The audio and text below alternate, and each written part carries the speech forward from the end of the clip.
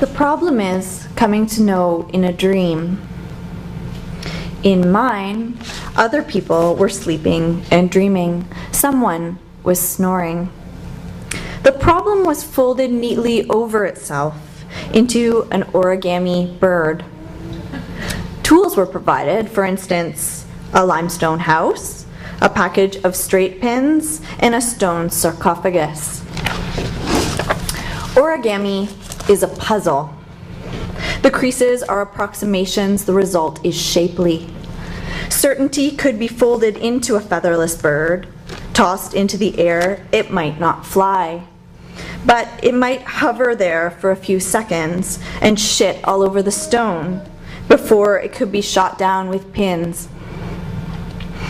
It's equally possible that the dream house is not really a house at all, but a bird. Folded stone. The pins cause indigestion and the sarcophagus, a built-in part of the anatomy. The difficult part is shrinking the sarcophagus until it's the size of a small jewelry box. Then juggling it with the birds and the pins. So quickly they become part of one circle without so much as a bruise or a pinprick or a paper cut. Briefly, everything is not a weight in hand, but airborne. That's the title poem, The Certainty Dream, from the poem, or from the collection, from the book. Tonight I'm going to read some from the book. I'd also like to read some new stuff, if you guys don't mind. I've been reading a lot from the book, and I'd like to try out some of my new stuff tonight. Thank you all so much for coming. It's lovely to be here in Ottawa. It's lovely to see some friendly faces. Thank you so much to Rod and to Tree for having me here. And thank you for those of you who shared your poetry this evening. I have two very young babies at home, and I don't get out very much anymore to listen to poetry in Montreal. And so it was quite a pleasure to come here tonight and listen to some people read some poetry. This in Montreal, I don't know how many of you are familiar with it, but there's the St. Joseph's Oratory there, and inside of the oratory is Frère André's heart. So this poem was kind of inspired by the many kind of times that I've walked through the oratory and contemplating Frère André's heart there as a relic in the oratory. So this is a poem called Quick Tour of the Cathedral. In dark churches, certain boxes are locked.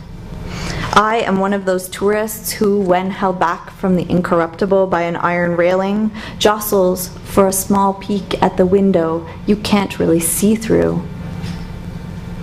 There's no one at the prayer candles. We've lit all our wishes on fire, and they give off too much light.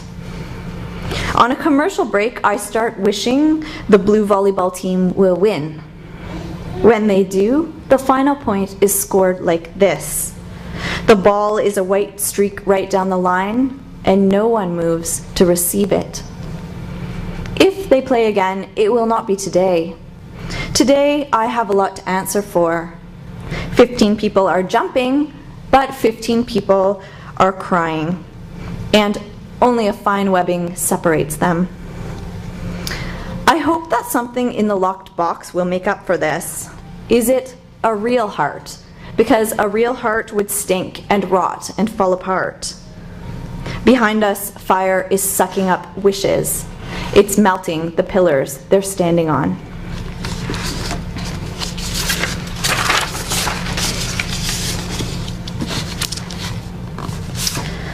Also, when I was putting together this book, I did a lot of reading. I read a lot of poetry, but I do a lot of reading also in other fields. I'm really interested in different kinds of scientific stuff, evolutionary biology. I read a lot of genetics and different kinds of philosophy, because I think what's happening right now also in philosophy is that really a lot of the scientific discoveries in terms of consciousness and everything are really tied into the kind of philosophical questions that we're asking about knowing, and how can we define knowing and all these kinds of things. And I'm really interested in that, but I'm also interested in very much in how that makes us feel as human beings, and these questions that weigh over our heads a lot of the time, but we don't think about them every day. We kind of go about our daily things, and I think when we do think about them, we think about them sometimes, with a lot of wonder, and sometimes with a lot of grief, and sometimes with some humor. And so I was really interested in walking along that kind of line when I was in thinking about this kind of intense philosophy, but in a philosophical way. That was the kind of line that I took, in the kind of way that I feel about it, and that I experience my own situation of being in this funny, strange world that we're in. So this is a poem called Little Essay on Genetics. It's possible to love your mother, even though she's genetically deficient, and you're genetically deficient, and our deficiencies make a big hole in the ground. Eventually, each of us will have to decide whether to get cremated or buried in a fancy casket. Evolution is about the genes manipulating the bodies they ride in. Little girls wish for ponies without realizing their parents have already turned them into genetic horses. We are encoded, but we have not yet broken ourselves. Genes can turn on suddenly like a light bulb. This is a cause of cancer. God, we are amazing biological gadgets. They crossbred 2 strains of mice. The genes are an instruction manual, an identity machine. The rats are right. I am frighteningly like my mother. We are hardly here.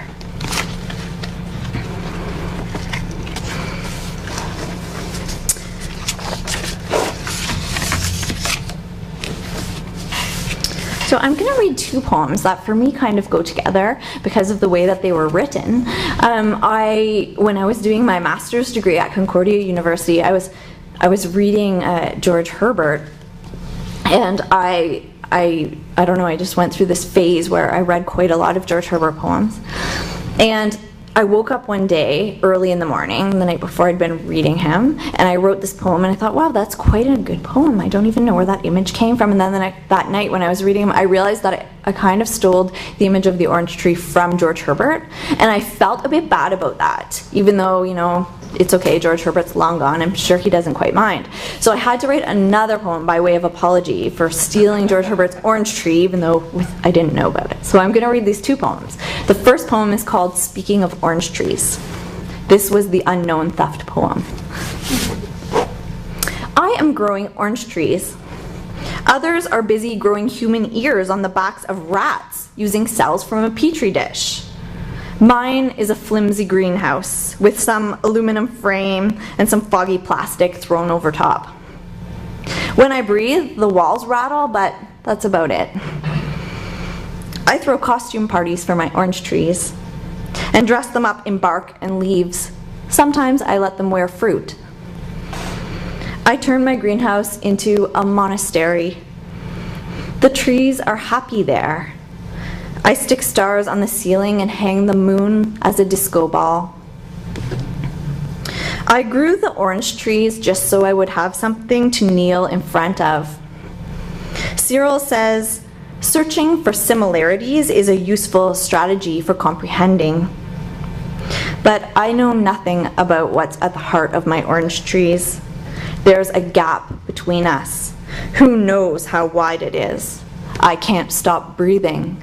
These walls don't stop heaving and rattling.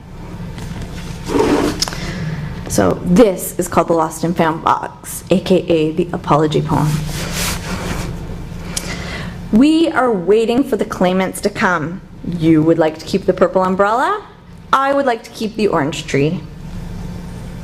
We're both hoping no one will claim the blue beat-up dictionary. The dead won't give anything away. They carefully pick through the big pile of junky objects while we crouch reverently in front of it. A crowd is fighting over the morning star and the evening star, but there's only one star in the box. It's stretched thin between them. Fault lines are emerging. People approach from every possible angle. Secretly, we're hoping for disaster. a chaotic free-for-all so we can make off with as much as these arms can hold. At the door, George Herbert describes an orange tree to the admissions clerk. As Herbert glances around, I step in front of it and wave my arms like branches. I feel a little bit bad because he wants it for God and I just want it for myself.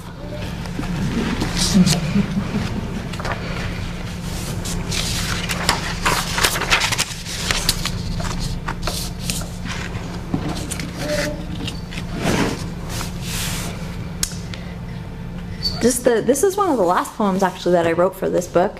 I have a very, very dear friend who I spent a lot of time in the same city as, and then she moved, and I was thinking a lot about the letter as a kind of poetic vehicle, because we were writing these kind of coded letters back and forth. That was we were having fun with it. So this poem kind of came out of that experience. I guess it is in the kind of epistle form. It's called "Remind Me What the Light Is For." Dear occupants of the matchstick forest, we are getting taller. I lit my friend's barbecue by striking a simple idea against my visible landscape. Occupants, I know you are thinking if we left the twigs with leaves, they could grow up big enough that our buses could pass through them. But this would take time we may not have. The world is shrinking as the universe expands, and remember, it is possible to light all this on fire and then have it seat itself in the ash, dear occupants of space and time, subject to causal laws. I am escaping through a shattered window out to where the stars are, looking in on myself through myself. It's so cold. These are strange gifts. I gave my friend hypothermia. We were wearing moon suits, tied together on strings tied to floating objects. I transferred the ice crystals through this composition. Occupants, the soul is asking too many questions. It wants to know if it has a beautiful form, and I don't know how to answer.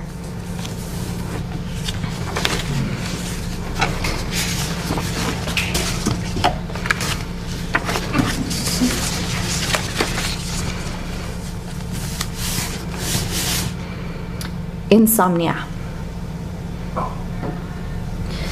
If I were to sleep, it would be on an iron bed, bolted to the floor in a bomb-proof concrete room with 12 locks on the door. I wouldn't ask for a mattress or decorate. I wouldn't ask for beautiful. I'd let the philosophers in, but not into my bed. They'd arrive cradling their brass instruments. I might let them play, but only very softly and only if they didn't fight or sing.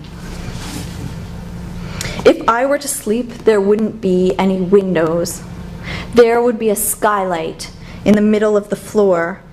I'd press my face against the glass and stare down at other floors upon floors upon floors.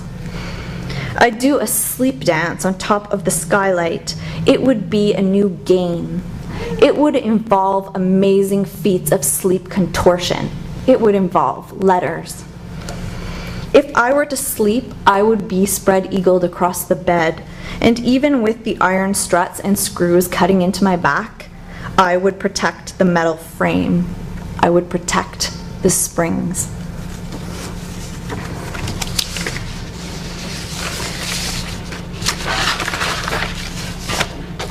This is one of the poems. There's a sequence in here that's a series of dream poems. Rod kind of talked about that a little bit. I'm going to just read one of them tonight. This is a poem called Dream in Which I Am Allowed 12 Items. Let me keep this shell and line it with mucus hung over the abalone walls. Let me call abalone a house and let it only count as one thing. Count the grit to keep me company, please allow me company. Let me have sand and stone and let it only count as one thing. Count a mouth and fingernails. Count days and nights as one thing. Let me have a clock so I will know when it's time. Let there be enough space Even as the shell snaps shut like an overloaded purse, let me keep the tools I have saved, needle-nosed pliers, severed birdwing, catgut sutures. Let them be tools. Let tools only count as one thing.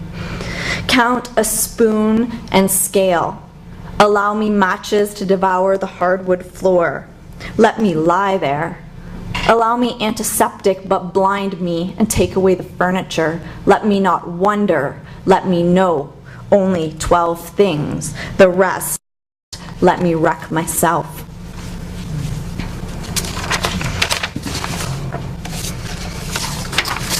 Okay, so I'm gonna end with a poem from the book, but I'm gonna read a couple of poems from my new stuff. I'm working on a new manuscript called Where H is the Index of Error. And a lot of these new poems come out of different experiences, particularly with language, and particularly with translation. I was a year, 15 months in Paris and traveling around Europe where I wasn't in my first language. I'm also in a relationship where my partner speaks Spanish as a first language and is also a computer scientist, so we definitely aren't talking totally the same language. But that's been kind of interesting for me, and I find it interesting where things intersect. And so a lot of the titles in these poems come out of different scientific texts that I've proofread for him and for other people. But I find it interesting the way that they use the word grammar and the way that we use it, which isn't exactly quite the same, but bears quite a lot of similarities. I'm going to start off with a poem called "And Then the Generalization Error Was Calculated." 1. I am learning to suffer in your language, and 2. It ends differently depending on who does it. Also, 3. I've learned how suffering can be minimized with elastics. 4. The necessity of error. 5. The dog came home with a snout full of porcupine quills. Here, 6. I've outlined the distance between the ideal arrangement and the tangible crystal which has to bear its irregularities. Even though, 7, I am the one explaining the meaning of heading down the wrong track, and despite the fact that 8, the weighing and balancing of certain limits is hard to understand, 1, I am learning to suffer in your language, and 2, it ends differently depending on who does it.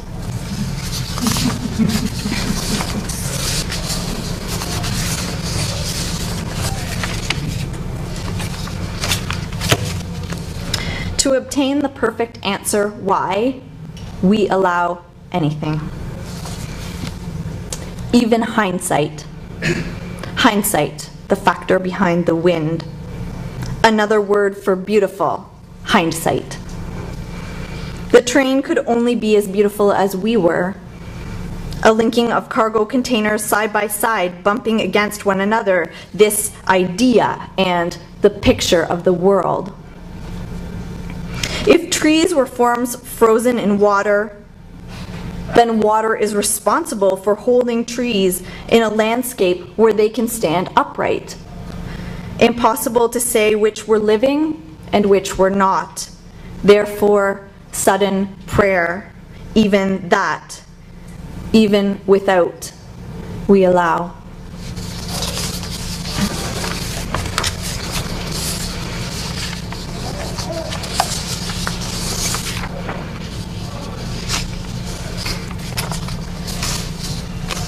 It requires nothing but non-vanishing. I could have imagined Spain, but then Spain would have been in English, and I wouldn't have practiced asking the time and misunderstanding the answer. The questions and conversations will not be repeated. The horizon looks like the future I would choose. The birds flit across it, but our boats tack the sea down. Yet, it would hold fast without us. The best answer to the question, what does the woman mean, is this winter's weather is similar to last winter's weather. I have understood suffering as a branch of philosophy. I have understood zero as a type of philosophy, with emptiness at the core and a rare type of vulture circling around it. The space corresponds to the letter of the answer you have chosen. Vultures circling over the valley we've seen but never passed through.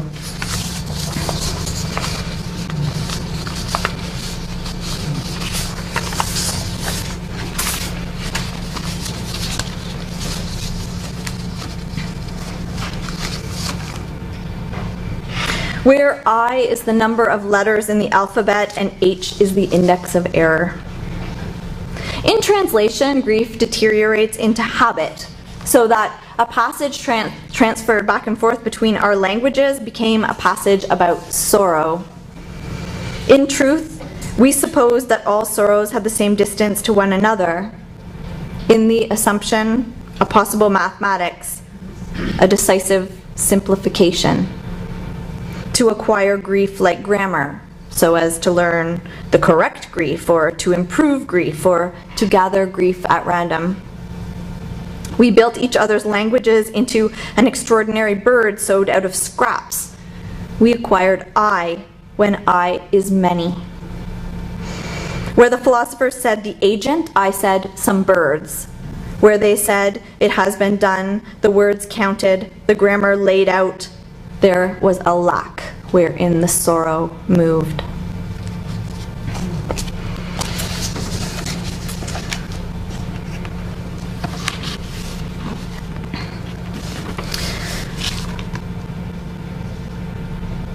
So this is the actual final poem from the new manuscript that I'm working on. It's called From the Young Tree Grows a Line of Length B. These phrases, statements, and arguments contain examples of ambiguity, vagueness, and emotionally charged language. Often a lie extends itself, branches, grows leaves, and bears fruit. Crouching in the thicket, we plucked birds out of the air when they passed by. They were objets trouvés, who carried something unspeakably heavy across us. As we reached out to grasp them, we dropped the world. It shattered into fact. Reassembled with glue and packing tape, some passages contained no flaws in language, but there were to be flaws of another sort. Clouds were nouns we had dominion over, but to be between them was to flow darkly, conjugated into time, not without change.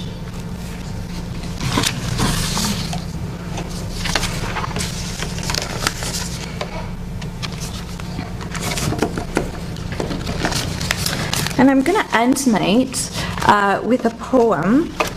Am I doing okay for time, Rod? I'm okay? I can read this last poem? Okay.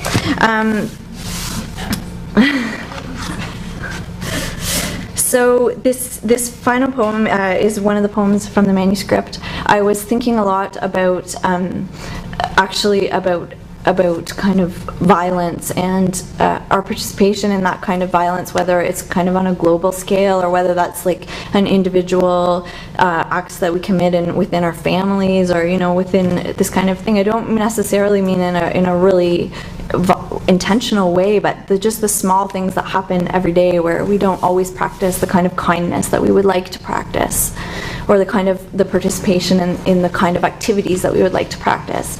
And I was thinking, I guess I've also, because I'm teaching, I often teach the poem The Iliad, so I was thinking a little bit about the Iliad and the violence, the war violence that happens particularly in there, and the story of the Trojan horse that happens, of course, after the end of the Iliad. So this poem is called Overnight a Horse Appeared. I crawled out of a war machine. You didn't recognize it as such, but I did. I held it and nurtured it and fed it strange wooden apples from my purse. To spend a lifetime waiting inside a stick horse is to live with the confusion between hollow and hallow. I've lived in this one room my whole life. It looks a lot like outside. A tiny farrier by the red barn in the distance. 4 horses waiting to gather us up. We cannot see beyond them. We colored their coats to explain the end to ourselves, the red horse and the pale horse and the other, and there is hunger. A tiny barrier on the horizon line, meaning it's time to crawl back inside myself. As the wind, I'm drawing these pictures in the sand. Accept the horse as a dangerous gift you find meaningful, the offering before the first burning arrow is fired into the city. It could have been fireworks or lightning.